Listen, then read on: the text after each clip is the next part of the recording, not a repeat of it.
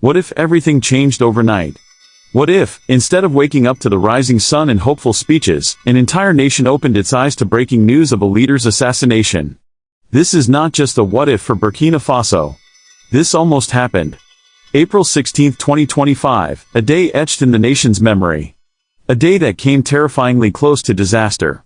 A day when hidden forces nearly pulled the trigger on not just a man, but a movement. This is the story of how an ambitious plot to assassinate President Ibrahim Traore was stopped. Just in time. This is Trending News Plus, and you're watching a story they didn't want you to hear. In the shadows of Burkina Faso's capital, a storm was brewing, not one of nature, but of betrayal.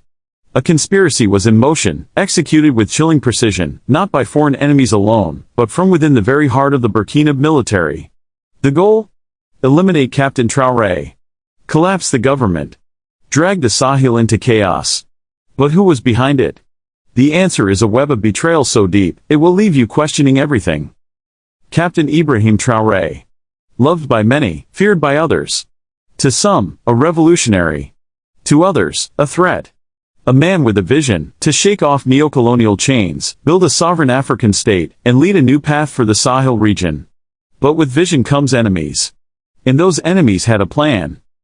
According to Burkina Faso's Minister of Security, whispers of the plot began weeks before D-Day.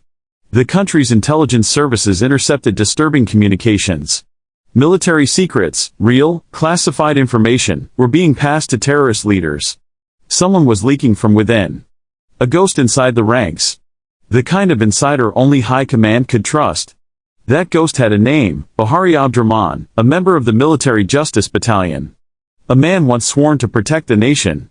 Instead, he chose betrayal. But Bahari wasn't alone. The deeper investigators dug, the more rot they uncovered.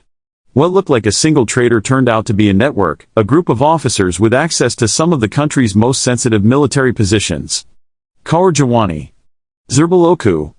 Commander Ouedraogo Frederick.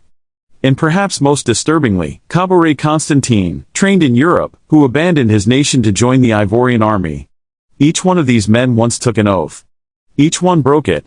Before we proceed, here is a reminder to like this video, drop a comment and subscribe to our channel so that you can get more videos like this. Here's where the plot thickens. Intelligence reports revealed a foreign connection. This wasn't just treachery born at home, it had help across the border. From Ivory Coast. That's right. A neighboring country allegedly served as the base of operations for a coup that could have rewritten African history.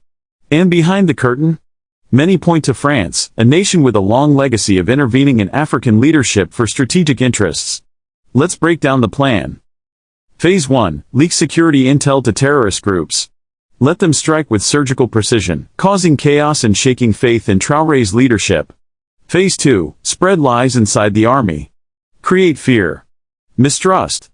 Push Traore into arresting loyal officers, and turn his own army against him.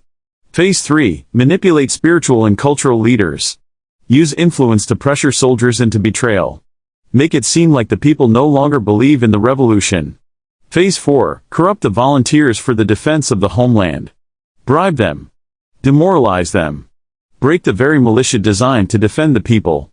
Phase 5. April 16, 2025. Launch a dual assault. One group attacks Traore. Another unleashes terror across Burkina Faso. If chaos erupts, foreign help would step in, handing the country back to puppet control. A bloodless invasion. Through manipulation. But they failed. Why? Because in the midst of this darkness, there was light. Brave soldiers. Loyal officers. Members of the militia who were approached by the plotters. And said no. They reported everything. And thanks to their patriotism, the puzzle began to unravel. April 15th, just one day before the ambush, arrests began. Names were exposed. Operations foiled. Burkina Faso was spared. But don't exhale just yet. This was only the beginning. The main architect, Bahari Abdurrahman, escaped. He's believed to be hiding in Ivory Coast. And he's not alone. Authorities say the entire command center of the failed coup is operating in Abidjan, not Ouagadougou. That means the war for Burkina Faso's sovereignty isn't over. It's simply moved off stage. If this story feels familiar, that's because it is. 1987, Thomas Sankara betrayed by his best friend, Blaise Compaoré.